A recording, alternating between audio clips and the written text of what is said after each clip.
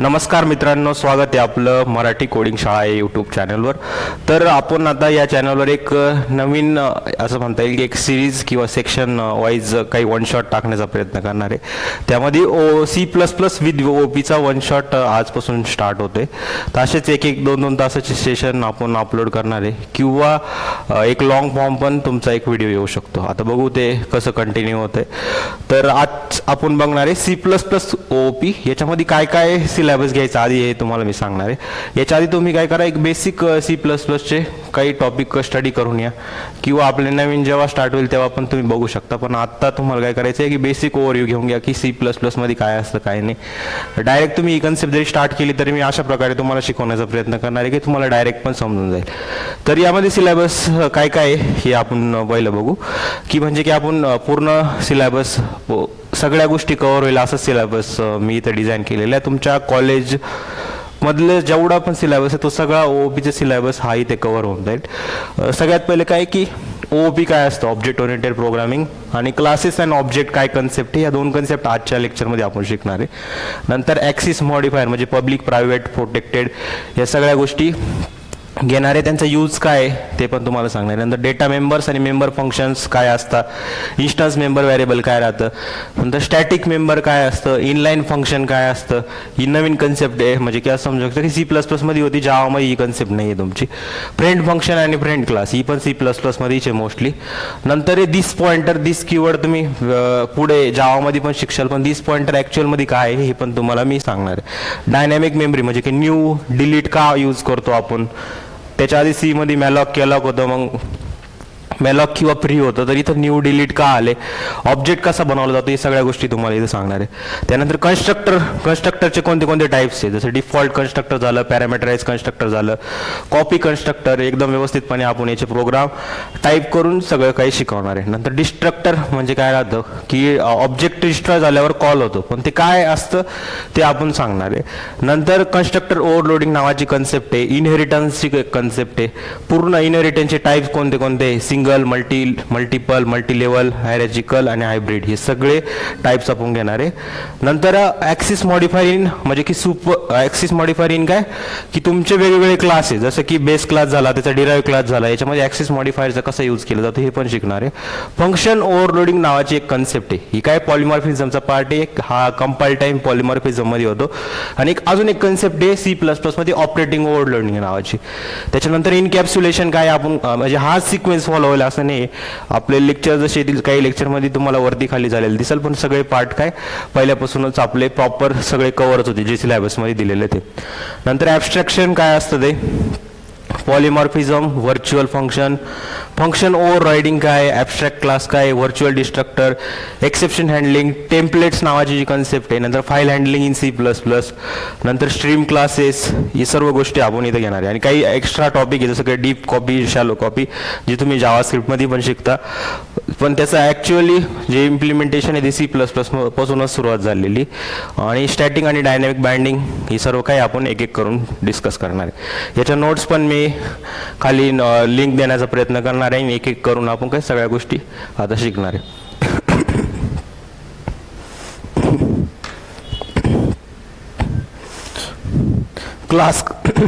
Class काय असतो हे मला सांगा थोडं, तुम्ही शिकले ना.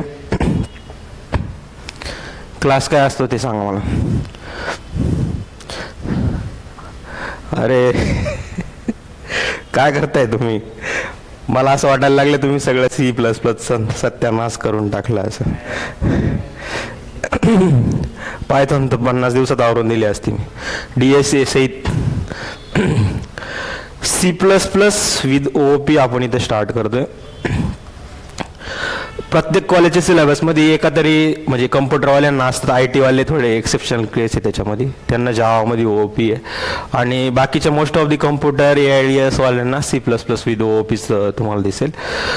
खरं पाहायला गेलं तर जावा विथ OOPच पाहिजे, कारण जावासारखी ऑब्जेक्ट ओरिएंटेड प्रोग्रामिंग लँग्वेज कोणतीच नाही, इवन पायथॉन पण नाही. पूर्ण जावामध्येच सगळ्या कन्सेप्ट एकदम चांगल्या, म्हणजे 100% असं तुम्ही मानू शकता की जावा ही ऑब्जेक्ट ओरिएंटेड प्रोग्रामिंग लँग्वेज.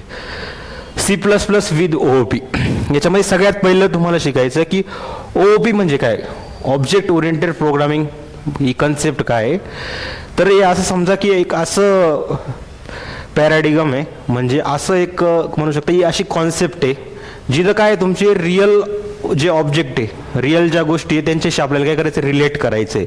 म्हणजे एखादी गोष्ट आपल्याला बनवायची तर त्याच्यामध्ये दोन गोष्टी असतात. एक असतो त्याचा प्लॅन, काय असतो, एक प्लॅन असतो. तो प्लॅन म्हणजे काय असतो, तुमचा क्लास, आणि त्याचं ॲक्च्युअल इम्प्लिमेंटेशन म्हणजे काय असतं, तुमचं ऑब्जेक्ट. म्हणजे क्लास म्हणजे अशी गोष्ट आहे की ती ब्ल्यू प्रिंट आहे, ज्यामध्ये काय फक्त आपण स्ट्रक्चर डिफाईन करतो. स्ट्रक्चर म्हणजे की प्लॅन डिफाईन करतो. आणि ऑब्जेक्ट म्हणजे काय की जिथं आपण ॲक्च्युअली जेव्हा मी ऑब्जेक्ट बनवाल, जेव्हा म्हणजे काय ॲक्च्युअली सगळ्या गोष्टी तिथं आणून आणि ते काम इम्प्लिमेंटेशन करायला सुरुवात केली जाते. जसं आपण क्लास म्हणजे आपण जो प्लॅन बनवतो, तो प्लॅन बनवून काय फायदा आहे का, एखादी गोष्ट आपल्याला शिकायची नुसतं प्लॅन म्हणून फायदा आहे का, नाही, आपल्याला त्याचं काय इम्प्लिमेंटेशन करावं लागेल. तसंच इथं पण सेम कन्सेप्ट आहे. क्लासमध्ये तुम्ही भले किती पण गोष्टी डिफाईन करताय, किती पण तुम्ही ॲक्च्युअल प्लॅन करताय, बिल्डिंगचा एखादा प्लॅन बनवताय, तो तुम्ही खूप साऱ्या गोष्टी त्याच्यामध्ये डिफाईन केल्या आहे की असं असं करायचं आहे, असं असं करायचं आहे, हा पहिला मजला, दुसरा मजला, इथे या गोष्टी राहतील. पण तुम्ही त्याला जर ज्याला मटेरियल लागते ते आणून जर ते पुढचं कामच चालू नाही केलं तर ते बिल्डिंग उभी राहणार आहे का, नाही. सेम क्लासमध्ये काय आहे, तुमच्या या प्रॉपर्टीज, मेथड्स आणि फंक्शन्स किंवा व्हॅरिएबल्स हे डिक्लेअर केले जातात, पण त्यांना ॲक्च्युअलमध्ये मेमरी अलोकेशन केव्हा केलं जाते, ॲक्च्युअलमध्ये त्याचं इम्प्लिमेंटेशन केव्हा होतं, जेव्हा तुम्ही त्याचं ऑब्जेक्ट क्रिएट करता. ऑब्जेक्ट म्हणजे काय, ॲक्च्युअल तुम्ही जे स्ट्रक्चर बनवलंय त्यावर इम्प्लिमेंटेशन करणं आणि ते मेमरी अलोकेट करणं हे काम कोणाचं असतं, ऑब्जेक्टचं असतं. तर आपण एकदा परत एक नोट्स थ्रू एकदा समजून घेऊ काय विषय नेमकी. तर ऑब्जेक्ट ओरिएंटेड प्रोग्रामिंग म्हणजे काय की अशी प्रोग्रामिंग स्टाईल ज्यामध्ये काय रिअल वर्ल्ड गोष्टी म्हणजे ऑब्जेक्ट कोडमध्ये रिप्रेझेंट करतो. काय करतो, रिअल वर्ल्ड गोष्टी काय आपल्याला कोडमध्ये रिप्रेझेंट करायचं, तेव्हा काय यूज करतो आपण, ऑब्जेक्ट ओरिएंटेड प्रोग्रामिंगचा यूज करतो. म्हणजे प्रत्येक गोष्टीला ऑब्जेक्टला आपले डेटा, व्हॅरिएबल्स, डेटा म्हणजेच व्हॅरिएबल्स आणि फंक्शन्स म्हणजे बिहेवियर म्हणजे काय फंक्शन्स त्यामध्ये असतं. ऑब्जेक्टला काय असतं, प्रत्येकाला आपले व्हॅरिएबल्स असतात, माहिती तुम्हाला, जे व्हॅरिएबलवरती डिक्लेअर केलेले त्यांना आपण मेमरी अलोकेट करतो जेव्हा आपला ऑब्जेक्ट बनतं, क्लासचं ऑब्जेक्ट बनतं. नंतर काय त्याचे फंक्शन्स, मेथड्स आपण डिफाईन करतो, ते पण काय जेव्हा मी ऑब्जेक्ट बनवलं तेव्हाच काय तेव्हाच त्यांचे कॉल किंवा एक्झिक्युशन आपलं होईल. रिअल लाईफमध्ये तुम्हाला मी सांगितलं की जसं डेटा म्हणजे एखादी कार आपण बनवतोय, त्याच्यामध्ये त्याचा डेटा काय असू शकतो, कलर असू शकतो, त्याचं स्पीड असू शकतो, नंतर काय ते मॉडेल कोणतं आहे, कारचं मॉडेल, आणि बिहेवियर म्हणजे काय की त्याचे फंक्शन कोणकोणते एखादी गाडी स्टार्ट, स्टॉप आणि एक म्हणजे ॲक्सेलरेट, अशा तीन गोष्टी त्याच्यामध्ये होऊ शकतात. हे काय झाले, त्या गाडीचे फंक्शन झाले. पण आता याचा ऑब्जेक्ट काय येईल रे, ऑब्जेक्ट काय येईल की आपल्याला त्याच्यामध्ये काय व्हॅल्यू असाइन करायची ना. मग व्हॅल्यू असाइन करायची म्हणजे आपल्याला काय करावं लागेल, मेमरी अलोकेट करावं लागेल. आणि ही मेमरी अलोकेशन केव्हा होते, जेव्हा मी याचं काय करेल, ऑब्जेक्ट बनवल. म्हणजे की नुसतं कलर असं नाव डिफाईन करून चालेल का, तो कलर कोणता आहे, एक तर ब्लॅक राहील. स्पीड जसं की त्याचं 100 km/h ही चालते असं, तो त्याचा स्पीड आहे. मग ते स्पीड पण आपल्याला द्यावं लागेल ना, कुठंतरी व्हॅरिएबलमध्ये स्टोअर करावं लागेल. नंतर की त्याचं मॉडेल कोणतं आहे, जे पण गाडीचं मॉडेल असेल ते काय ते मॉडेलचं नाव मेन्शन करावं लागेल. पण त्यांना मेन्शन करणं म्हणजे त्याचा डेटा स्टोअर करणं, आणि डेटा स्टोअर करण्यासाठी आपल्याला काय लागेल, मेमरी अलोकेशन. ही मेमरी अलोकेशन कोण करून देतं, आपलं ऑब्जेक्ट करून देतं. समजलं, हे आहे आपलं ऑब्जेक्ट ओरिएंटेड प्रोग्रामिंग कन्सेप्ट. याची गरज का पडली की मेन म्हणजे की प्रोसिजन ओरिएंटेड लँग्वेज होत्या त्याच्या आधी, सी लँग्वेज ही सगळ्यात जास्त चालली. सी पासूनच आपली काय पुढची कन्सेप्ट आली ती म्हणजे C++ वाली. आता याच्यामध्ये सी लँग्वेजमध्ये काय होतं माहिती का, प्रोसिजर ओरिएंटेड म्हणजे ना एक स्पेसिफिक जे ना म्हणजे की इतक्या गोष्टी आपल्या line by line by line by line by line by execution व्हायचं. आणि एक स्पेसिफिक गोष्ट लिहिण्यासाठी पण आपल्याला खूप साऱ्या स्टेप वाईज प्रोसिजर लिहावं लागायचं. आणि एक्झिक्युशन काय व्हायचं, जास्त कॉम्प्लेक्स होऊन जायचं, कोड काय होऊन जायचं, कॉम्प्लेक्स होऊन जायचं. म्हणजे तुम्ही बघा, इनहेरिटन्स जर तुम्ही म्हणजे अशी कन्सेप्ट तिथे इम्प्लिमेंट होऊ शकत नाही, पण जरी करण्याचा प्रयत्न केला ना प्रोसिजर ओरिएंटेडने, हजारो लाईनचं कोड होऊन जाईल. पण आपल्याला काय पाहिजे, एक असं पॅराडिगम पाहिजे की ज्यामध्ये मी काय काही गोष्टी अशा चांगल्या वेने डिफाईन करू शकेल की म्हणजे त्याच्यामध्ये डेटा फंक्शन यांचं काय एक व्यवस्थित बॉन्डिंग करून किंवा एखादा क्लास बनवून एक ठिकाणी ठेवल, वेगवेगळ्या गोष्टी वेगवेगळ्या प्रॉपर्टी आपल्या इनिरेट होतात त्यांना काय वेगवेगळ्या क्लासमध्ये ठेवून म्हणजे काय आपल्याला तो कोड काय होतो समजायला पण इझी जातो. पण तेच काम प्रोसिजर ओरिएंटेडमध्ये जर तुम्ही केलं तर ते काम करण्यासाठी काय लाईन ऑफ कोड पण वाढेल, तुमचा कॉम्प्लेक्सिटी पण वाढेल आणि तुमचं टास्क पण काय होईल स्लो होईल. आणि एखाद्या दुसऱ्या डेव्हलपरला तुम्ही हा कोड दिला तर लवकर समजणार आहे का त्याला? नाही. आणि सिक्युरिटी मेन इश्यू काय की स्ट्रक्चरची कन्सेप्ट होती तिथे स्ट्रक्ट कीवर्डनी जसं की युजर डिफाईन्ड डेटा टाईप बनवायचं. जसं स्टुडंट नावाचं काय बनायचं तुम्हाला युजर डिफाईन्ड डेटा टाईप बनवायचा आहे. क्लास पण एक काय डेटा टाईपचीच कन्सेप्ट आहे की त्याच्यामध्ये आपण खूप साऱ्या गोष्टी एका स्पेसिफिक गोष्टीबद्दल डिफाईन करतो. तसंच काय होतं की स्ट्रक्चरच्या मदतीने सी मध्ये आपण काय करू शकतो असतो की नेम स्टुडंटचं नेम झालं एज झालं ह्या गोष्टी ना तुम्ही एकच ब्लॉक बनवला असता आणि त्या ब्लॉकमध्ये काय वेगवेगळे त्याचं काय म्हणू शकता स्टॅटिक ऑब्जेक्ट बनवून त्यामध्ये डेटा आपण स्टोअर करू शकलो असतो. म्हणजे एकाच साईजचा डेटा टाईप जर तुम्हाला अलोकेट करायचा असेल जसं की स्टुडंट आहे, स्टुडंट नावाचा डेटा टाईप आहे का कोणत्या पण लँग्वेजमध्ये? नाही. पण तुम्हाला काय करायचंय तो डिफाईन करायचा. तर डिफाईन कसं करता येईल? स्ट्रक्ट कीवर्डच्या मदतीने तिथे केला जातो. तर मी पुढे सांगतो तुम्हाला कसं आलं ते. स्ट्रक्ट कीवर्डच्या मदतीने आपण तो बनवत होतो की जसं स्टुडंट नाव त्याच्यामध्ये खूप सारे आपण ब्लॉक पण बनवू शकतो म्हणजे खूप सारे व्हेरिएबल बनवू शकतो. जसं नेम झालं एज झालं अजून तुम्ही मार्क्स घेऊ शकता अजून खूप काही गोष्टी तुम्ही स्टोअर करू शकता. पण काय झालं माहिती का की ते स्ट्रक्चर तुम्ही एका याच्यात डिफाईन केलं ना त्याला ॲक्सेस म्हणजे तिथे काही ना पब्लिक होतं ना प्रायव्हेट होतं ना काहीच. तर याचा ॲक्सेस कोणाला पण दिला जाऊ शकला असता. कोणाला म्हणजे की तुम्ही ज्याचं फक्त काय करता struct student S1 struct student S2 S1 dot म्हणजे काय डायरेक्टली कोणी पण त्याचा ॲक्सेस घेऊ शकला असतं. पण क्लासमध्ये अशी काय कन्सेप्ट आली की सिक्युरिटी जास्त वाढली ती म्हणजे की तिथं पब्लिक प्रायव्हेट जोपर्यंत पब्लिक करत नाही क्लासचे मेंबर बाहेर ॲक्सेस होऊ शकत का? नाही. आधी पुढं सांगतो मी काय आहे ते की जोपर्यंत मी पब्लिक करत नाही ना क्लासने काय केलं त्याची मेंबर प्रायव्हेट करून दिले की जोपर्यंत कोणी याला पब्लिक म्हणजे युजर स्वतः कोडमध्ये टाईप करून डेव्हलपर जोपर्यंत काय कोडमध्ये काही टाईप करत नाही तोपर्यंत समोरच्याला जर पब्लिक जर त्याने टाईप केलं नसेल ते खाली त्या मेंबरला ॲक्सेस मिळू शकत नाही. आलं ना? त्याच्यामुळे सिक्युरिटी कशामध्ये जास्त आहे ऑब्जेक्ट ओरिएंटेड प्रोग्रामिंगच्या कन्सेप्टमध्ये. आणि नंतर म्हणजे की रिअल वर्ल्ड प्रॉब्लेमला रिप्रेझेंट करणं. मी तुम्हाला आताच सांगितलं की स्पेसिफिक गोष्टी डिफाईन करण्यासाठी पण हजारो लाईन्सचा कोड आपल्याला लिहावा लागला असता कशामध्ये प्रोसिजर ओरिएंटेडमध्ये. पण तेच काय ऑब्जेक्ट ओरिएंटेड प्रोग्रामिंगमध्ये तुम्ही काय की डायरेक्टली OOPच्या खूप साऱ्या असं कन्सेप्ट आहे ज्या रिअल वर्ल्ड ज्या पण गोष्टी आहेत त्याला आपण रिप्रेझेंट करू शकतो. आलं ना? तर हे झालं सिम्पल. आणि ॲडव्हान्टेज जर बघितलं तर तेच आहे आपण कोडची रियुजेबिलिटी वाढवते म्हणजे एक क्लास बनवला की आपण त्याला किती वेळा पण ऑब्जेक्ट क्रिएट करून त्याला यूज करू शकतो. डेटा हायडिंग की म्हणजे प्रायव्हेट मेंबर्स प्रोटेक्ट करू शकतो. जसं की प्रायव्हेट केलं वरती तर ते मेंबर बाहेर कोणी ॲक्सेस नाही करू शकत. इझी मेंटेनन्स आणि डिबगिंगसाठी इझी आहे. नंतर खूप आहे एक्सटेन्सिव्हली न्यू फीचर त्याच्यामध्ये ॲड करणं इझी आहे हे तुम्ही नोट्समधून वाचू शकता. मेन आता कन्सेप्ट अशी की क्लासची कन्सेप्ट आली कशी हे तुम्हाला समजायचं आहे. आता सी लँग्वेजमधली एक कन्सेप्ट आहे ज्याने सी लँग्वेज जर शिकली नसेल तर आपलं यूट्यूबवर एक लेक्चर आहे स्ट्रक्चर नावाचं स्ट्रक्चर अँड युनियन इन सीचं मी पूर्ण शिकवलं. ते स्ट्रक्चरची कन्सेप्ट तुम्ही एकदा शिकून या. स्ट्रक्चर काय करतो कोणाला माहिती घे इथं ऑफलाईनमध्ये स्ट्रक्चर काय काम करतो? आत्ताच सांगितलं ना मी. तुम्ही सी शिकले ना सांगा काय स्ट्रक्चर काय करतो?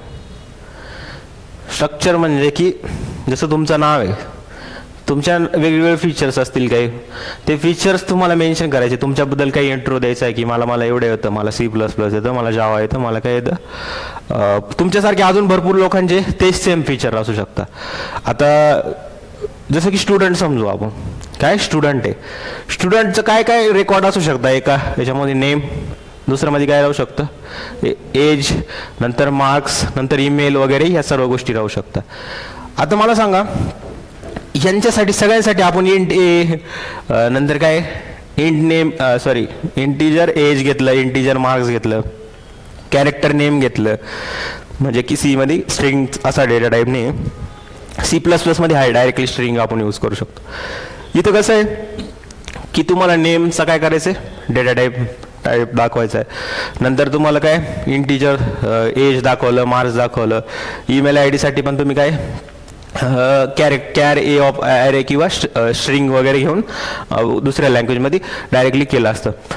पण आता मला काय आहे की माझ्याकडं हजारो स्टुडंट आहे आणि हजारो स्टुडंटसाठी मी प्रत्येक वेळेस मला सांग एक व्हेरिएबल दुसऱ्या टायमाला डिक्लेअर होऊ शकतं का? एक व्हेरिएबल परत डिक्लेअर होऊ शकतं का? एरर येईल ना. आता ह्या गोष्टी मी जर करायची म्हणजे मला नंबर ऑफ व्हेरिएबल्स काय होतील आपले वाढतील ना. जसं की इथं समजा की मी काय केलं की मला काय केलं इंट आपलं मेन जे फंक्शन आहे ते मेन फंक्शनमध्ये काय केलं मी काय केलं इंट एज घेतलं त्याच्यामध्ये काय टाकलं 22. नंतर काय इंट मार्क्स घेतले त्याच्यात काय केलं मी मार्क्समध्ये 23 टाकून दिलं. नंतर काय केलं मी जसं की फ्लोट पर्सेंटेज घेतलं पर्सेंटेजमध्ये काय टाकलं मी 95.35.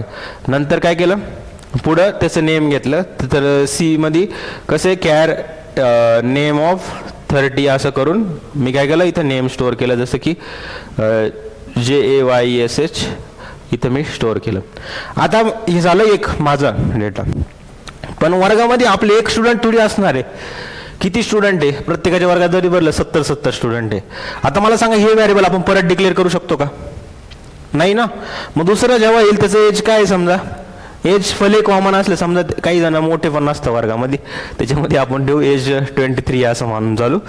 आणि नंतर हा एज मला परत डिक्लेअर करता येईल का? पण हा वरती एज केलेला आहे तो नाही. याच्यात मी असाइनमेंट करू शकतो पण परत डिक्लेअर करू शकतो का? नाही. असाइनमेंट केलं तर डायरेक्ट ह्या एजची व्हॅल्यू चेंज होईल नवीन एजची व्हॅल्यू होणार आहे कॅल्क्युलेट.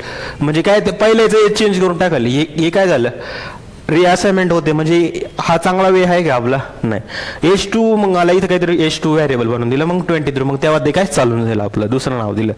तसंच काय इंटिजर मार्क्स त्या मार्क्सला लिहून चालेल का? नाही एरर येईल. मग इथं काय करावं लागेल मला 20 मार्क्स 2 आणि इथं काय केलं 95 असं करून दिलं. परत काय पर्सेंटेजसाठी %2 आणि नंतर काय तिथे काहीतरी वेगळे पर्सेंटेज त्याचे जे आहे ते लिहिलं. हा समजा की हा डेटा काय स्टुडंट हा 1चा आहे हा स्टुडंट 2चा आहे. असे करत करत तुम्हाला 70 स्टुडंट असेल किंवा हजारो स्टुडंट असेल त्या हजारो स्टुडंटला असं टाईप करून लिहावं लागेल प्रोग्राम. हा एक चांगला वे आहे का? ही झाली प्रोसिजर ओरिएंटेड तुमची की लाईन बाय लाईन बाय काय तुम्ही लिहितच चाललाय. आता एखादा असेल तर लिहित बसल पण आपल्याला असं लिहून चालेल का? नाही. आपल्याला कशी लँग्वेज पाहिजे की एक क्लिक दाबलं काम झालं पाहिजे. म्हणजे आजकालचं पेशन्स प्रोग्रामाचं पेशन्स किती आहे. एरर आलं रे आलं का डायरेक्ट कोड कॉपी ChatGPT वर पेस्ट करायचं आणि जे एरर आलंय ते फाइंड करायचं आणि खतम करायचं. याचं रिझन पण असं शॉर्ट कंटेंट म्हणजे शॉर्ट टेम्पर झाले ना लोक की काय म्हणता येईल तुम्हाला रील बघून बघून लोकांची बुद्धी पण तशीच होत चालली की आपल्याला एक टाइम 15 सेकंडपेक्षा जास्त आपण एका ठिकाणी टिकू नाही शकत लगेच चेंज. म्हणून लॉंग व्हिडिओजला व्ह्यूज पण कमी येतात. त्यांना पाहिजे शॉर्ट. कोणीतरी येईल 15 सेकंडमध्ये काय आपल्याला क्लासेस अँड ऑब्जेक्ट शिकून जाईल. 15 सेकंडमध्ये येईल कोणतरी कन्स्ट्रक्टर शिकून जाईल. 15 सेकंडमध्ये येईल कोणतरी इनहेरिटन्स शिकून जाईल. पण ते शिकणार आहे कोणी नाही. इथं काय करायचं आहे आपल्याला की कोणती पण गोष्ट आहे ना आधी खूप जास्त आपल्याला मेहनत करावी लागते आणि मेहनत करणारी मोस्ट ऑफ दी जनता चांगल्या कॉलेजमध्ये असते असा माझा एक्सपिरियन्स आहे. IIT NIT वाले म्हणून दिल्या IIT हैदराबादच्या मुलाला किती पॅकेज भेटले 2.5 CR 2.5 करोडचं पॅकेज भेटले त्याला. मग ऑब्विसली त्याच्यामध्ये काहीतरी स्किल असेल म्हणूनच दिलाय ना. आता भले ते बाहेरच्या कंट्रीमध्ये असो किंवा इथं असो पण 2.5 करोड खूप जास्त हाय अमाऊंट आहे. आज तो 2.5 करोड काही दिवसांनी 5 जाईल काय सांगतात ते 50 करोड पण जाईल. असं कंटिन्युअसली काय त्यांना पॅकेज मिळत राहायचं का तो त्या सराउंडिंगमध्ये राहिला त्यांनी पहिल्यापासून ते काम करायला सुरुवात केली आणि त्यामुळे काय तो जास्त ग्रो झाला असे. पण असं नाही का त्याला लगेच भेटून गेलं. त्याच्याबरोबर अजून पण खूप सारे लोक आहे 50-60 अजून पण लोक असतीलच ना ते IIT हैदराबादला. पण तोच का झाला रिझन की त्यांनी तेवढी मेहनत घेतली बस बाकी काहीच विषय नाही आलं ना. आता नेक्स्ट काय आपलं की क्लासची कन्सेप्ट कशी आली. जसं युजर डिफाईन्ड डेटा टाईप आपण क्लासच्या मदतीने बनवू शकतो तसंच तुम्ही स्ट्रक्चरच्या मदतीने पण काय एक युजर डिफाईन गोष्टी तुम्ही एकाच ठिकाणी डिफाईन करू शकता. जसं तुम्ही बघितलं की हजारो व्हेरिएबल्स मला बनवावं लागत होते त्याच्यापेक्षा काय अशी कन्सेप्ट द्या मला की एकच ठिकाणी ते डेटा व्हेरिएबल तुम्ही डिक्लेअर करा तिथं डिक्लेअर करा. पण मला काय त्याच्यामध्ये नंतर जेवढ्या वेळेस पाहिजे तेवढ्या वेळेस मी काय त्याचं ऑब्जेक्ट क्रिएट करून किंवा त्याला काय म्हणतील स्टॅटिक नोड क्रिएट करून ती नोड क्रिएट करून मला काय करता आला पाहिजे, त्याच्यामध्ये डेटा स्टोअर करता आला पाहिजे. तर त्यासाठी सी मध्ये ना एक नवीन कन्सेप्ट बनवली गेली. ती कोणती आहे? स्ट्रक्चर नावाची एक कन्सेप्ट बनवली गेली. अजून एक होती युनियन म्हणून पण होती.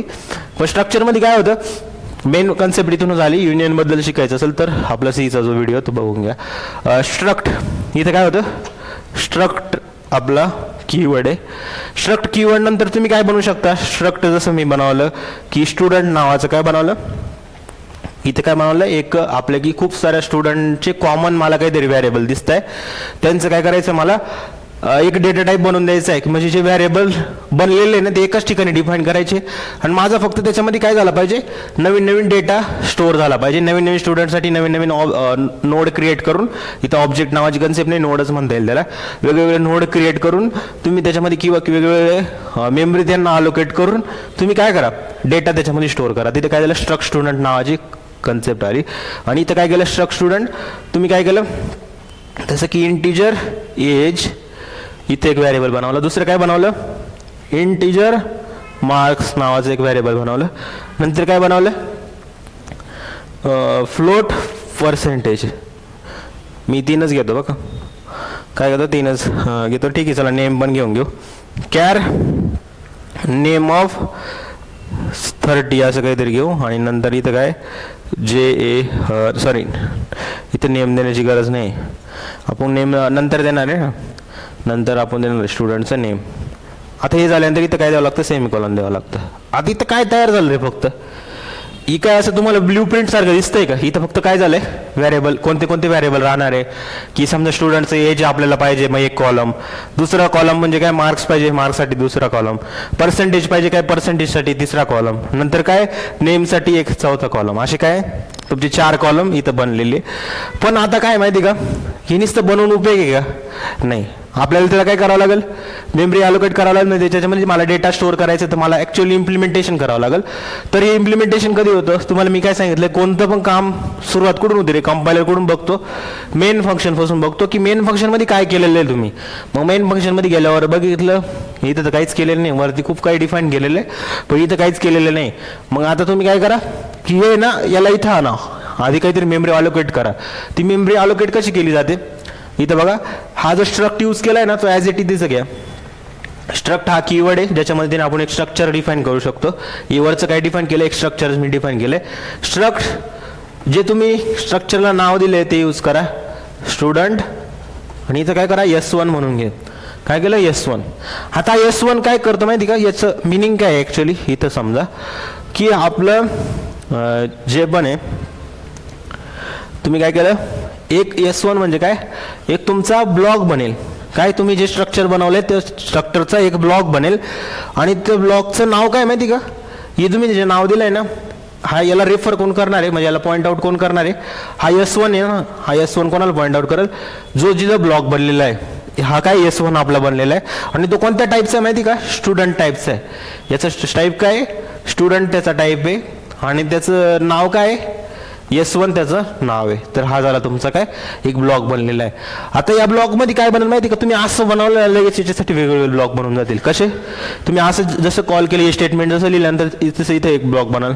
कोणता, कशासाठी, एजसाठी एक बॉक्स बनल, नंतर कशासाठी, मार्क्ससाठी एक ब्लॉक बनल, नंतर काय पर्सेंटेजसाठी एक ब्लॉक बनल आणि नंतर काय तुमचा नेमसाठी एक ब्लॉक बनल. जोपर्यंत तुम्ही ही लाईन लिहित नाही ना तोपर्यंत कोणताही ब्लॉक बनणार नाही. ही लाईन जशी लिहिली ना लगेच काय होतील, तुमचे ब्लॉक बनतील. पण नुसतं ब्लॉक बनवणं म्हणजे काय, मेमरी ॲक्च्युअलमध्ये अलोकेट होणं. आणि एकच काय अलोकेट झाली, इथं आलं, बघितलं हे काय लिहिलेलं तुम्ही, हां, मग स्टुडंटकडे गेला, मग त्यांनी बघितलं की असं असं काहीतरी आहे वरती मध्ये स्ट्रक्चर आहे, मग या स्ट्रक्चरनीच तर डिफाईन आहे, मग त्याला मला मेमरी अलोकेट करायची. तुम्ही काय केलं, स्ट्रक्ट स्टुडंट S1 केलं आणि इथं काय झालं, तुमची मेमरी अलोकेट झाली. आता याच्यामध्ये तुम्ही काय करू शकता, यामध्ये डेटा स्टोअर करू शकता. कसा, इथं डेटा कसं काय स्टोअर करू शकता तुम्ही, S1 डॉट एज काय केलं मी, जसं की एजमध्ये काय टाकलं, 22 टाकलं. नंतर S1 डॉट मार्क्स, आता एकच काय ॲक्सेस झाली आपल्या वरती डिफाईन केली नाही, डायरेक्ट ॲक्सेस दिला जातो. इथं काही पब्लिक प्रायव्हेट नावाची गोष्ट नाही राहत, म्हणूनच सिक्युरिटी कमी सी मध्ये. आता समजलं, इथं पब्लिक प्रायव्हेट काहीच नाही, आणि जर सी क्लासमध्ये कशी कन्सेप्ट येते की जोपर्यंत त्याला पब्लिक करत नाही तोपर्यंत खाली आपल्याला याचा ॲक्सेस भेटत नाही, असं राहतं क्लासमध्ये. पण इथं कसं माहिती आहे का, डायरेक्टली तुम्ही ॲक्सेस करू शकता. मग S1 डॉट मार्क्स तुम्ही काय करू शकता, इथं मार्क्समध्ये 95 टाकलं समजा, आणि फ्लोटमध्ये काय करू शकता तुम्ही, S1 dot PAR is equal to काय घेतो मी, जसं की S1 डॉट PAR पर्सेंटेजमध्ये 98.50 असं काहीतरी करून घेतलं. नंतर काय केलं, S1 डॉट PAR नंतर पुढं मी घेतलं S2 डॉट नाही S2 अजून बनवलं नाही ना आपण याच्यामध्ये, ठीक आहे चला एवढंच ठेवू. हा या नेमला मी काढून टाकतो. नेमसाठी परत तू strcpy वगैरे यूज करावं लागतं, डायरेक्ट तुम्ही डेटा नाही स्टोअर करू शकत त्याच्यामध्ये. strcpy म्हणजे की तुम्हाला कॉपी करावं लागतं ते, तर ते स्ट्रिंगचे फंक्शन आहे, तुम्हाला ते काही जाणून घेण्याची गरज नाही. ज्याला सी पूर्ण येत नाही तो थोडा कन्फ्यूज होईल इथं, स्ट्रिंगबद्दल ज्याला काहीच माहीत नाही. ठीक आहे, एवढे डेटा आहे असं समजून जा, कारण तुम्हाला क्लासच शिकायचं, OBDAC C++ शिकायचं. S1 डॉट PAR केलं तुम्ही, S1 डॉट पर्सेंटेज काय झालं 98.50, तुमचे पर्सेंटेज काय झाले इथं. याचं मिनिंग काय माहिती, तुम्ही जो एवढा इथं डेटा स्टोअर केलेला आहे ना, हा जो डेटा स्टोअर केला आहे ना, हा 22 इथं जाऊन स्टोअर होईल, नंतर हा 95 इथं जाऊन स्टोअर होईल, नंतर हा काय 98.50 काय होईल इथं जाऊन स्टोअर होईल. ही नेमची काही गरज नाही, कारण तुम्ही आता तिथून हटवलेलं आहे, काय केलं तिथून हटवलेलं आहे, त्याची काहीच गरज नाही. तर अशा प्रकारे काय तुमचा डेटा जाऊन तिथं स्टोअर होईल. आता यांना प्रिंट करायचं तुम्ही काय यूज करू शकता, इथं direct printf %d S1 dot age, माहिती आहे ना कसं, प्रिंटफ %d आणि कशामध्ये स्टोअर आहे तुमचा S1 डॉट एज, या असं काय तुम्ही लिहू शकता. नंतर काय परत printf %d S1 dot marks, printf %d %f S1 dot percentage, हे सगळे काय होतील आपले, सगळे काय होतील इथं प्रिंट होऊन लागतील. प्रिंट कसे होईल 22 95 आणि नंतर इथं तुम्ही .2f जर केलं तर 98.50 इथं काय होईल तुमचे सगळ्याचे सगळे प्रिंट होऊन जातील. तर हे झालं सिम्पल्स की तुम्ही कसं स्ट्रक्चर डिफाईन करू शकता. आता तुम्ही फक्त एकच नोड थोडी क्रिएट करू शकता, मी तुम्हाला काय सांगितलं मल्टिपल नोड क्रिएट करू शकता. त्याच्यासाठी काय करावं लागेल तुम्हाला, जिथं S1 घेतलाय ना तसंच तुम्ही परत एक अजून डिफाईन करू शकता, स्ट्रक्ट स्टुडंट काय S2 इथं डिफाईन करू शकता, काय स्ट्रक्ट स्टुडंट S2 असं तुम्ही डिफाईन करू शकता. आणि तुम्ही S2 जसं बनवलं ना याच्यासाठी परत काय होईल माहिती का, एक आपला म्हणू शकता तुम्ही एक नवीन ब्लॉक बनाल. नवीन ब्लॉक काय राहील, हा तुमचा S2 राहील आणि याचा टाईप काय राहील स्टुडंट, त्याचा टाईप असेल. याच्यात पण कोणते ब्लॉक बनतील, ही जे वरती बनलेले आहे ना, कारण तुम्ही स्टुडंटलाच यूज करताय, हे तिन्ही ब्लॉक काय ॲज इट इज बनतील, पण याच्यामध्ये डेटा कोणता जाईल जो तुम्ही S2च्या मध्ये टाकलाय तोच डेटा तिथे जाऊन स्टोअर होणार आहे. म्हणजे इथे खूप सारे ब्लॉक बनतील, एजवाला, मार्क्सवाला आणि काय पर्सेंटेजवाला, हे सगळे ब्लॉक्स बनतील तुमचे. याच्यामध्ये काय 22 जाऊन तुमचा स्टोअर, समजा 23 टाकला तर हा 23 कसा येईल, S2 dot age is equal to काय टाकलं मी 23, तेव्हा जाऊन तो 23 जाऊन स्टोअर होईल. नंतर काय होईल S2 डॉट मार्क्समध्ये काय होईल 95, तर इथं जाऊन काय होईल तुमचा 95 जाऊन स्टोअर होईल. नंतर काय केलं तुम्ही S2 डॉट पर्सेंटेज, इथं काय टाकलं S2 डॉट पर्सेंटेज 95.35, इथं काय जाऊन स्टोअर होईल 95.35 असं जाऊन स्टोअर होईल. समजलं काय, तर तेव्हा काय तुम्ही डेटा प्रिंट करू शकता. आता हे झालं की तुम्ही एक स्वतःचा युजर डिफाईन डेटा टाईप कसं बनवू शकता. मग अशा काही गोष्टी आल्या की ही कन्सेप्ट पुढे चालली नाही. म्हणजे C++ मध्ये क्लास का आणावा लागला, त्याचं मेन रिझन काय माहिती का, ही गोष्टी. आता तुम्ही मला सांगा, असे मेंबर आहे, काही गोष्टी तुम्हाला ॲक्सेस द्यायचाच नाही कोणाला, काही गोष्टी हिडन ठेवायच्या, जसं की तुमचं काय म्हणता येईल त्याला, OTP वगैरे तुम्हाला दुसऱ्याला द्यायचा नाही, OTP काय दुसऱ्याला दाखवायचा नाही. पण ती गोष्ट पण तुमचा OTP कोणाला पण दिसतोय, ती सिक्युरिटी आहे का त्याच्यामध्ये, नाही. अजून दुसरं काय एक्झाम्पल देता येईल, जसं की बँक डिटेल्समध्ये तुमचा पासवर्ड वगैरे हिडन फॉर्ममध्ये असतो. तुमच्या साईटने येणारा व्यक्ती किंवा त्याला जर सगळं ओपनली दिसायला लागलं, म्हणजे की कोणी पण तुमच्या गोष्टी जर ॲक्सेस करायला लागला, इनकॅप्सुलेशन नावाची कन्सेप्ट ऐकली की तुम्ही, काही गोष्टी तुम्हाला प्रायव्हेट ठेवायच्या. अजून एक एक्झाम्पल सुचलं मला, की जसं स्टुडंट आहे, स्टुडंटचं मार्कचं ॲक्सेस कोणाला पाहिजे, फक्त त्यांना फक्त डिस्प्ले दिसलं पाहिजे ना. जर स्टुडंट त्याचे मार्क एडिट करू शकला असतं तर काय झालं असतं, काय झालं, सगळ्यांनी 100 करून घेतले असते आणि ते गरज आलं ते गरजेचं आहे का नाही. मग काही मेंबर आपल्याला काय करावं लागेल, प्रायव्हेट करावं लागेल. इथं प्रायव्हेट करण्याची कन्सेप्टच नाही आहे, तर कसं काय आपण रिअल वर्ल्ड गोष्टी याच्याशी रिलेट करू शकतो. आलं ना. मग याच्यामुळे काय सिक्युरिटी याच्यामध्ये नाही राहिली, सिक्युरिटी कमी राहिली. कशामध्ये, सी मध्ये सिक्युरिटी आपली कमी राहिली. स्ट्रक्चरचा यूज आपण करू शकतो की तुम्ही पण तिथे ब्ल्यू प्रिंट डिफाईन करू शकता. पण मी रिझन काय आलं, मेन रिझन काय आलं की तुम्ही फक्त तिथं मेंबर डिफाईन करू शकता आणि ते मेंबर पण काय आहे ॲटोमॅटिकली पब्लिक, कोणी पण इथं नवीन नवीन S1 S2 S3 बनवून त्याचा ॲक्सेस घेऊ शकला असतं. हे सेफ आहे का मग, नाही. मग आपल्याला काय पाहिजे होतं, सिक्युअर पाहिजे होतं. मग सिक्युअरसाठी काय आलं, फक्त इथं आहे ना स्ट्रक्चर जागी क्लास आला, क्लास कीवर्ड आला. बाकी सगळ्या गोष्टी काय इथं पण तो स्ट्रक्टवाला निघूनच गेला, म्हणजे डायरेक्टली काढूनच टाकलं त्याला स्टुडंट S1. बाकी तुम्ही ऑब्जेक्टमध्ये पण व्हॅल्यू काय अशाच प्रकारे इनिशियलाइज करू शकता. आता हे काय, याला आपण इम्प्लिमेंट करून बघू स्ट्रक्टला पहिलं, आणि नंतर क्लासची कन्सेप्ट कशी आली ही तुम्हाला मी सांगतो. आता याच्यामध्ये एडिटर कोणतं यूज करायचं, तुम्ही VS कोड यूज करू शकता किंवा कोड लॉक्स पण यूज करू शकता. पण सगळ्यात पहिले स्ट्रक्चर सांगतो तुम्हाला, मग मी क्लास सांगतो काय आलं. कोड ब्लॉक्स पण यूज करू शकता. खूप सारे अजून एडिटर आहे, डेव C++ म्हणून पण आहे, ते पण तुम्ही यूज करू शकता. तरी कोड ब्लॉक सगळ्यात इझी मला असं वाटतं, कारण याच्यामध्ये काय इनबिल्ट तुम्हाला MinGW कन्फिगर करून दिलेलं राहतं. तसं VS कोडमध्ये काय तुम्हाला प्रॉपर इन्स्टॉलेशन करावं लागतं. त्याचं इन्स्टॉलेशन तुम्ही प्रॉपरली करून घ्या. यूट्यूबवर खूप सारे व्हिडिओ आहे, त्याला तुम्ही रेफर करू शकता. किंवा directly VS code for Windows Microsoft documentation असं जरी ओपन केलं तर तुम्हाला मायक्रोसॉफ्टचं डॉक्युमेंटेशन दिसेल. त्याच्यामध्ये पण त्यांनी व्हिडिओ पण प्रोव्हाइड केला आहे की कसं इन्स्टॉलेशन करायचं. त्यांचं सेटअपचं पूर्ण स्टेप वाईज त्यांनी सांगितलं काय करायचं काय नाही. एम्प्टी फाईल असं टाका, VS कोड फॉर C++, लगेच त्यांचं पहिलं याच्यावर येईल. मायक्रोसॉफ्ट याच्यावर केलं तर लवकर येऊन लागेल. सगळ्यात पहिलं ते सर्च इंजिन त्यांनाच प्रायोरिटी देतं. गुगलवर केलं तर खाली येईल, पण लवकर जर तुम्ही टाकलं त्याच्या पुढं VS code C++ configuration by Microsoft, तर डायरेक्टली तुम्हाला त्याच्यामध्ये व्हिडिओची लिंक पण दिसेल आणि इव्हन स्टेप वाईज पण सांगितले त्यांनी काय करायचं काय नाही. आता नेक्स्ट आहे याला सेव्ह करायचे. जसं की मी कोणता पण C++चा प्रोग्राम आपण कसं सेव्ह करतो, इथे काय केलं मी फर्स्ट डॉट काय CPP ने आपण सेव्ह करतो.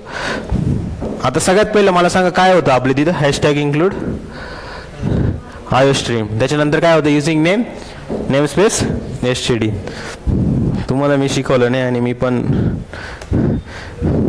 पण रिव्हिजन नाही केलंय.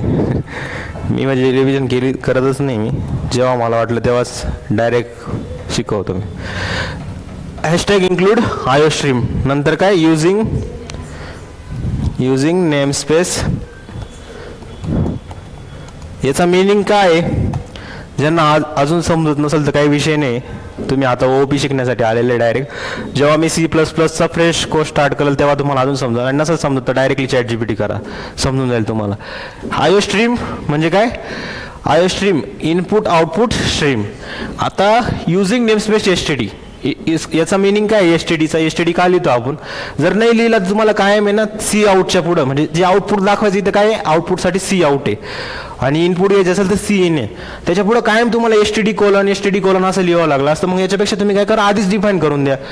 तर आधीच डिफाईन करून दिला. आणि IOStream काय तुमची एक हेडर फाईल आहे. जोपर्यंत तुम्ही याला इन्क्लूड करत नाही ना IOStreamला, तोपर्यंत तुमचं पुढचं कामच बनणार नाही. म्हणजे की ही जर तुम्ही हेडर फाईल जर यूज म्हणजे जोपर्यंत करत नाही ना तोपर्यंत तुम्हाला C आउट आणि C इन तुम्ही यूजच करू शकणार नाही. यांना जर तुम्हाला यूज करायचं असेल तर तुम्हाला काय करावं लागेल, ही हेडर फाईल इन्क्लूडच करावं लागेल. ही हेडर फाईल म्हणजे काय, ही प्री प्रोसेसर डिरेक्टिव्ह आहे. जो पहिल्यांदा काय होती, ही प्री प्रोसेसर म्हणजे काय, आधी प्रोसेस होणारी फाईल. ही फाईल काय होती, आधी प्रोसेस होते आणि तेव्हाच तुमचं काय C इन आणि C आउट चालतो. आपल्याला काय करायचं, युजरकडून आउटपुट द्यायचं असेल तर C आउट यूज केला जातो आणि इनपुट जर घ्यायचं असेल तर C इनचा यूज केला जातो. हे सगळे काय तुमचे तिथे डिफाईन आहे. आणि याच्यासोबतच STD काय सांगतो की तुम्ही आता C आउट आणि C इन यूज करा, पण याआधी तुम्हाला काय करावं लागेल, युझिंग नेमस्पेस STD. तुम्ही काय करा, STD कोलन जे आहे ते खाली डिफाईन करा आधी आणि मग तुम्ही डायरेक्टली C आउट आणि C इन यूज करा. जर तुम्ही असं नाही केलं तर तुम्हाला काय करावं लागेल, सगळ्या ठिकाणी STD कोलन मग C आउट मग ते परत ते सगळ्या गोष्टी लिहित बसावं लागेल. तुम्ही नेटवर जर कोड बघितले काही ठिकाणी असं पण तुम्हाला दिसेल, आलं ना. पण आपल्याला काय ही लाईन लिहायचीच आहे. त्याच्यानंतर आता काय करेल मी, सॉरी येतं C++चं सांगितलं मी, हां ठीक आहे चालेल. आता मी काय केलं, स्ट्रक्टचा इथं यूज कसा होतोय आपण ते बघू डायरेक्ट. स्ट्रक्ट सी मध्ये जसं केलं तसंच करू शकता. स्ट्रक्ट इथं पण रिझर्व कडे म्हणजे त्यांनी स्ट्रक्टला पूर्णपणे काढून नाही टाकलं.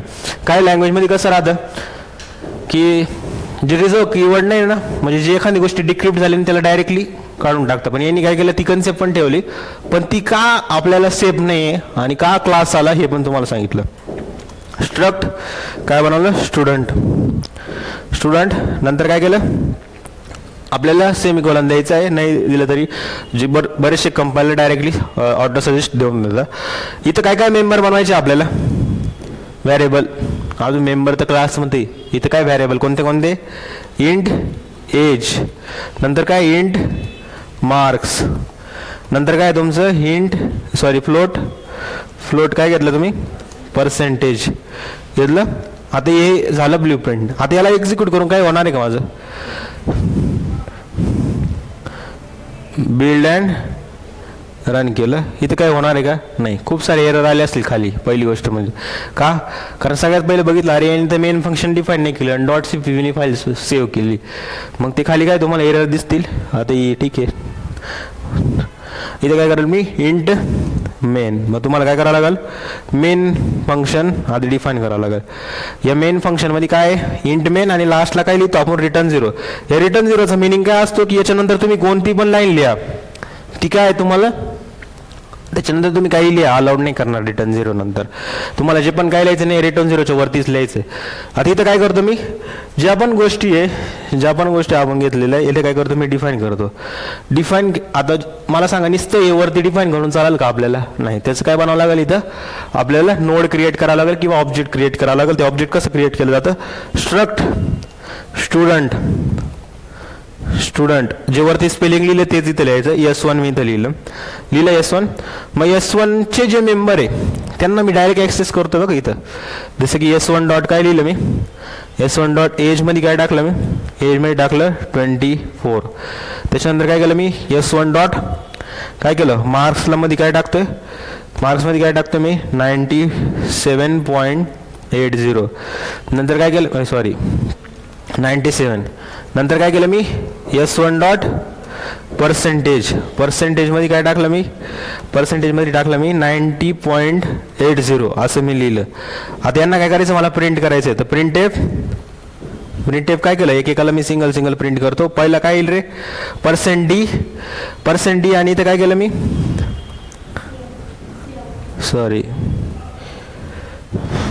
ठीक आहे, सुबह भी सी, शाम में भी सी, दिमाग में सी बैठ गई मेरे. सी आउट काय, मी इथं काय करेल, आपल्याला इथं कोणताही इथं मेन्शन करण्याची गरज आहे का, नाही. स्ट्रक्चरची कन्सेप्ट कशामध्ये मोस्टली आपली डिफाईन कशामध्ये आहे, ती आहे आपली सी लँग्वेजमध्ये. आता इथं तुम्हाला प्रिंट करायचं कशाला, S1 डॉट एजला इथं प्रिंट करायचं आहे. नंतर काय, C out S1 dot marks इथं केलं. नंतर काय केलं मी, C out S1 dot PR याला काय केलं, प्रिंट केलं. F9 केलं. काय झाले, सगळेचे सगळे इथे आपले प्रिंट झाले. आता तुम्हाला ते वाटत असेल असं काय येतंय, इथं काय करावं लागलं आपल्याला,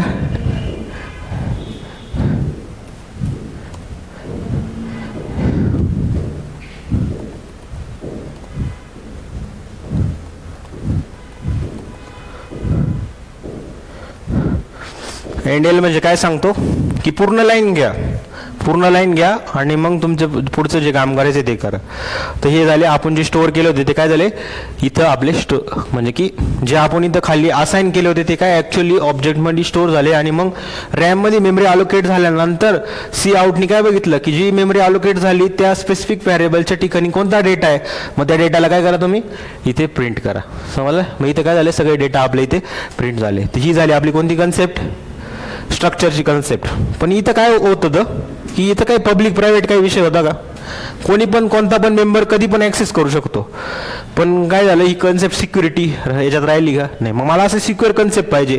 सिक्युअर मग ती कशा वेळेने सिक्युअर होईल, इथं सिक्युरिटीच नाही. Direct struct student int age int marks यांना डायरेक्टली तुम्ही काय करताय, डायरेक्टली जाऊन डेटा स्टोअर करताय. इथं डायरेक्टली जाऊन काय करताय, डेटा स्टोअर करताय. जे मेंबर आहे त्यांना डायरेक्टली काय ॲक्सेस करताय. इथं मला ना कोणतं पब्लिक लिहावं लागलं ना प्रायव्हेट लिहावं लागलं, डायरेक्टली ॲक्सेस देऊन दिला. मग ही सिक्युअर मानली जाईल का? नाही. मी तुम्हाला तेच उदाहरण दिलं की स्टुडंटला जर मार्क चेंज करायचा जर काय मिळाला, अधिकार जर मिळाला, तर स्टुडंट त्याचे मार्क काही कसे पण वाढू शकतो, पण त्याची सिक्युरिटी आहे का? नाही. मग ते मार्क्सचा पोर्शन मला हिडन करून ठेवायचा आहे ना, ती स्ट्रक्टमध्ये आपण डिफाईनच करू शकत नाही, काय डिफाईन नाही करू शकत. आणि मग त्याच्यामुळेच तुमची कन्सेप्ट कोणती आली? क्लासेस आणि ऑब्जेक्टची. नाही तर हे येतं काम यांनी पण केलं होतं स्ट्रक्चरवाल्यांनी, की क्लास म्हणजे काय हे आधी समजून घ्या. क्लास म्हणजे ही अशी कन्सेप्ट आहे की ही ब्ल्यूप्रिंट आहे. जसं स्ट्रक्चरची कन्सेप्ट आहे त्याच्यामध्ये तुम्ही काय करू शकता, खूप सारे व्हॅरिएबल वगैरे तुम्ही डिफाईन करू शकता. अशीच सेम काय तुम्ही क्लासमध्ये पण करता, पण तिथं क्लासमध्ये मेथड, व्हॅरिएबल सगळ्या गोष्टी तुम्ही एकाच ठिकाणी डिफाईन करू शकता. पण आपलं जे आहे काय म्हणता येईल त्याला, की इथं तुम्ही ॲक्सेस आहे ना डायरेक्टली तुम्हाला दिला जाऊ शकतो. ॲक्सेसचा काहीच विषय नाही की ज्याला पाहिजे त्यांनी तेवढे ऑब्जेक्ट क्रिएट करा, ज्याला जसा डेटा पाहिजे तसा स्टोअर करा. पण आता आपल्याला काय पाहिजे, सिक्युरिटी पाहिजे. मेन सगळ्यात आधी काय प्रोग्रामिंग कशामुळे शिकतो आपण, की आपल्याला काही गोष्ट बनवायची आणि ती बनवून चालणार आहे का आपल्याला नुसतं? नाही, आपल्याला ती काय करायची, सिक्युअर बनवायची, तरच तो मॉडेल आपला चांगला चालेल. मग ती सिक्युरिटी कशामध्ये गेली, क्लासमध्ये आली. कारण क्लासमध्ये ॲक्सेस मॉडिफायर नावाची कन्सेप्ट आहे. ॲक्सेस मॉडिफायर कोणते कोणते आपले, पब्लिक, प्रायव्हेट आणि प्रोटेक्टेड, ही 3 ॲक्सेस मॉडिफायर आहे. यांना आपण पुढे शिकणारच आहे. पहिलं क्लास काय आहे हे आधी समजून घेऊ. क्लास काय, क्लास म्हणजे की अशी ब्ल्यूप्रिंट टेम्पलेट जिच्यावरून ऑब्जेक्ट तयार होतो. म्हणजे की जे आपण काय एक अशी ब्ल्यूप्रिंट स्ट्रक्चर म्हणता येईल की जे डिफाईन आहे. आणि त्यामध्ये काय डिफाईन असतं, आपले व्हॅरिएबल्स म्हणजे डेटा मेंबर्स आणि फंक्शन, या गोष्टी काय तिथे डिफाईन असतात. इथं बघा डेटा मेंबर्स आणि मेंबर फंक्शन काय तुमचे डिफाईन असतात. तर ते व्हॅरिएबल्स डेटा टाईप स्ट्रक्चरमध्ये डिफाईन करू शकतो, पण तिथं फंक्शन नाही डिफाईन करू शकत आपण. फंक्शन डिफाईन करण्यासाठी अजून तुम्हाला गोष्टी करावं लागतं, ती थोडंसं अजून टफ आहे ती गोष्ट.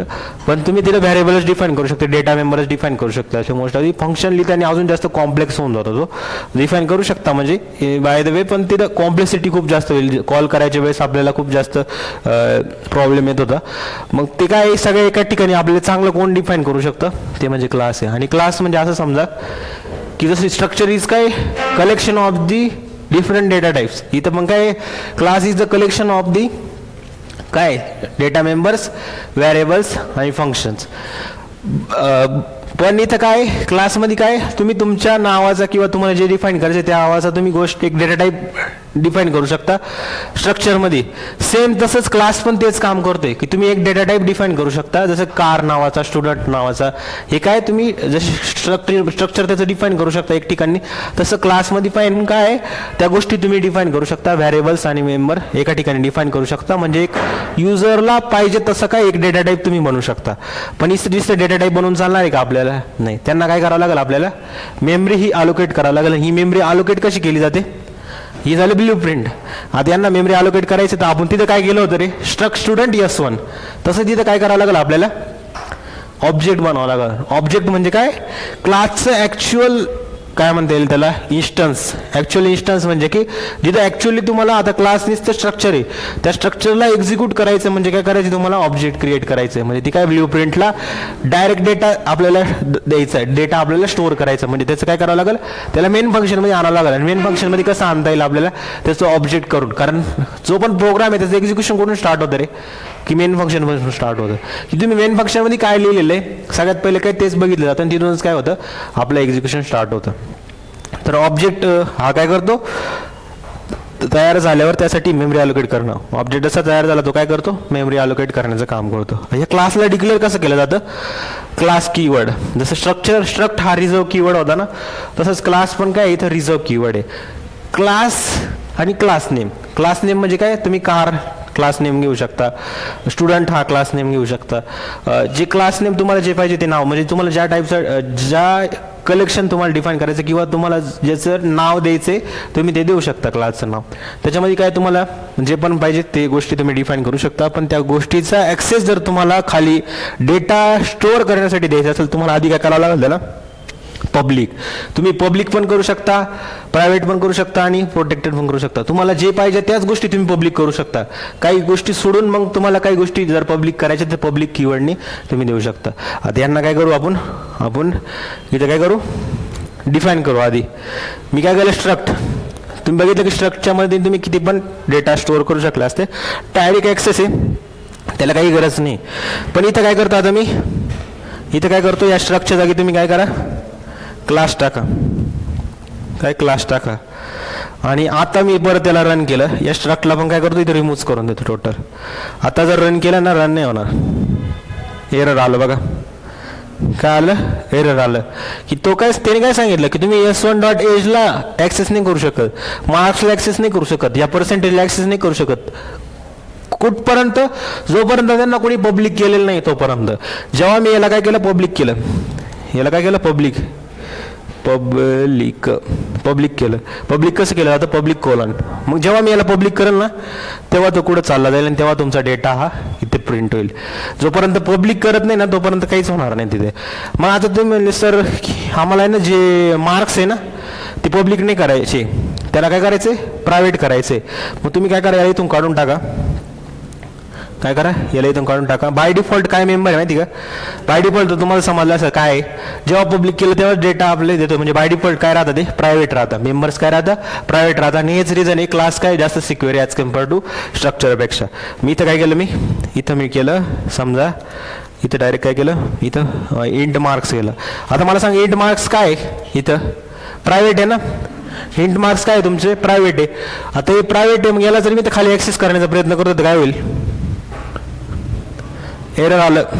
s1.marksला काय आलं, एरर आलं. का, कारण ती काय प्रायव्हेट आहे, तुम्ही त्याचा डेटा स्टोअर करू शकता का, नाही करू शकता. आणि याला जर मी कमेंट आउट केलं तर इथं बघा, इथं पाय, इथं पण खाली तुम्ही तेच हे केलेलं आहे, त्याला पण काय करा, कमेंट आउट करा.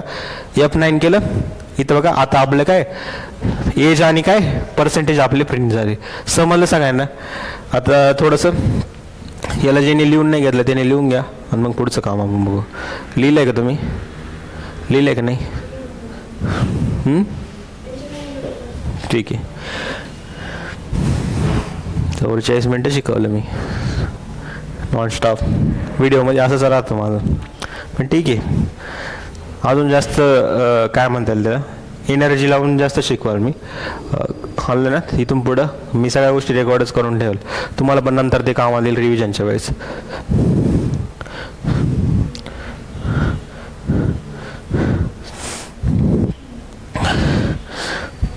याचे खूप सारे प्रोग्राम आहे, तुम्ही जसं की कार वगैरे बनवू शकता. त्याच्यामध्ये काय स्ट्रिंग ब्रँड वगैरे तिचं शो डिटेल्स करू शकता, असे मेथड वगैरे बनवू शकता तुम्ही. आता याला पण आपण इम्प्लिमेंट करून बघू. एक एक्झाम्पल आहे, इथं क्लास काय कार तुम्ही बनवलेले, त्याचं ऑब्जेक्ट बनवा.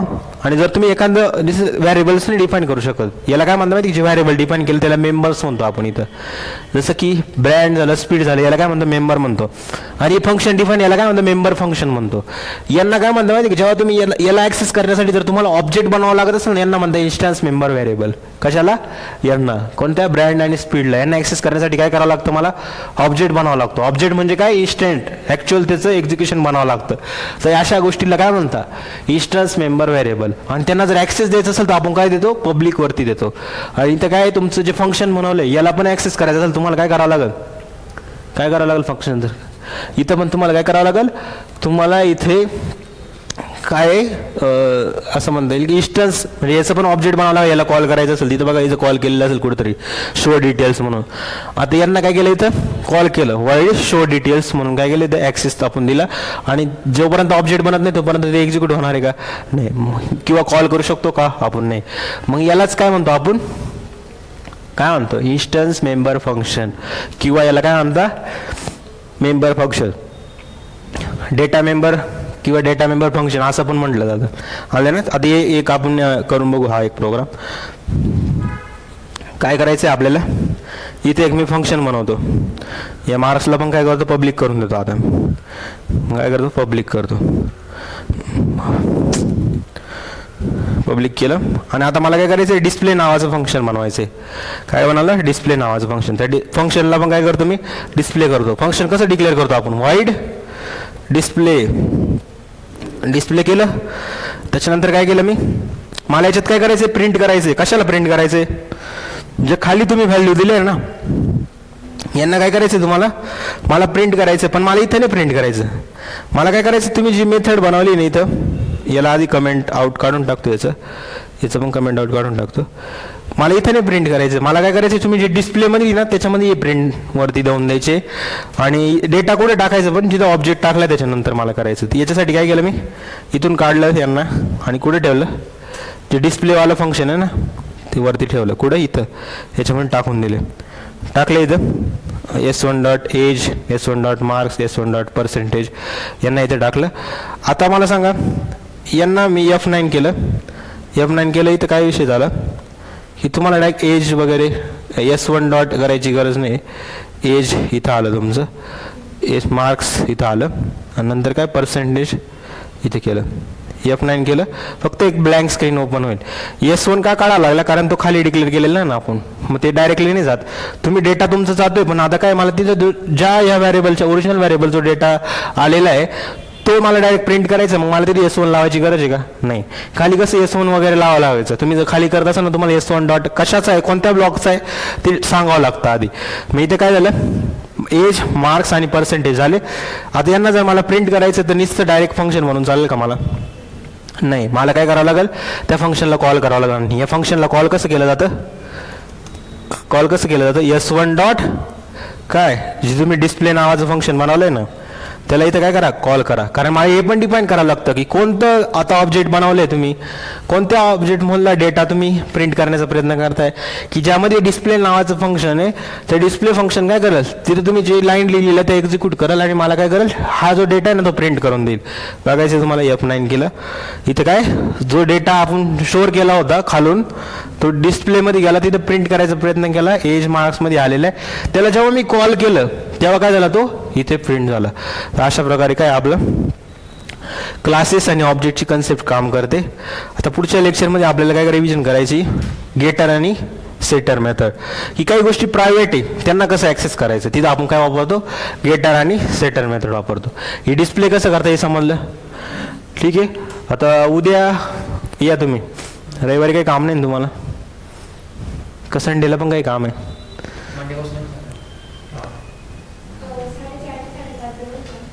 4:30 ते 5:30 ठीक आहे चालेल ना.